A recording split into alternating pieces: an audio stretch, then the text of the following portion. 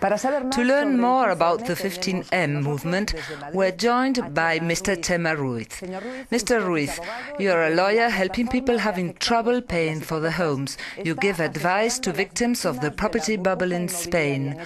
What do you want the banks to do, and the Spanish authorities, to soften the impact of the drama? So many families have been left without their house and are still in debt. That's the way it is, yes. Actually, this morning, while I was freezing an eviction, I was arrested by the police. I've just come here straight from the police station. The demands are very clear and precise. There has to be a moratorium on evictions immediately. We have to stop people being thrown out of their own place, because we're talking about 1.5 million families being affected by evictions.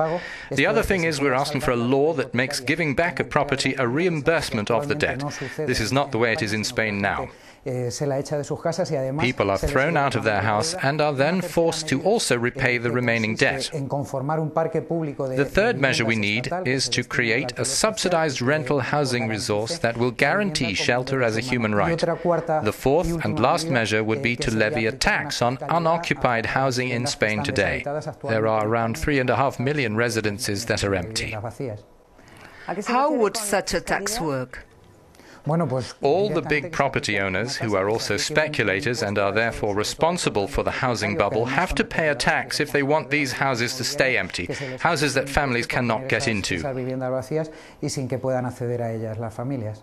The 15M movement has also strongly criticized Spain's electoral law. The main reproach we hear is that it reduces democratic representation and entrenches bipartisanism. Tell us why and what you propose. We are talking about an electoral law that puts the big parties' interests first, along with the agreements they can make later with peripheral nationalistic parties. To give one example, a small party like the Izquierda Unida, United Left, with a scattered 7.5% of the vote, would get 8 members into parliament, while the Convergencia y Unió, the centre-right Catalan nationalists, with 3.5% of the votes in a concentrated area, would get 13 seats in parliament. What's more, the Socialists, by winning 4 times as many votes as the United Left, would get almost 8 times as many seats. This is an electoral system that doesn't represent the essence of democracy at all, of one person, one vote, but on the contrary violates it. Without going into details, the fundamental demand is one single electoral constituency, and that the distribution of seats is truly proportional, respecting the principle of one vote per person, and a certain percentage of votes means a certain number of members in Parliament.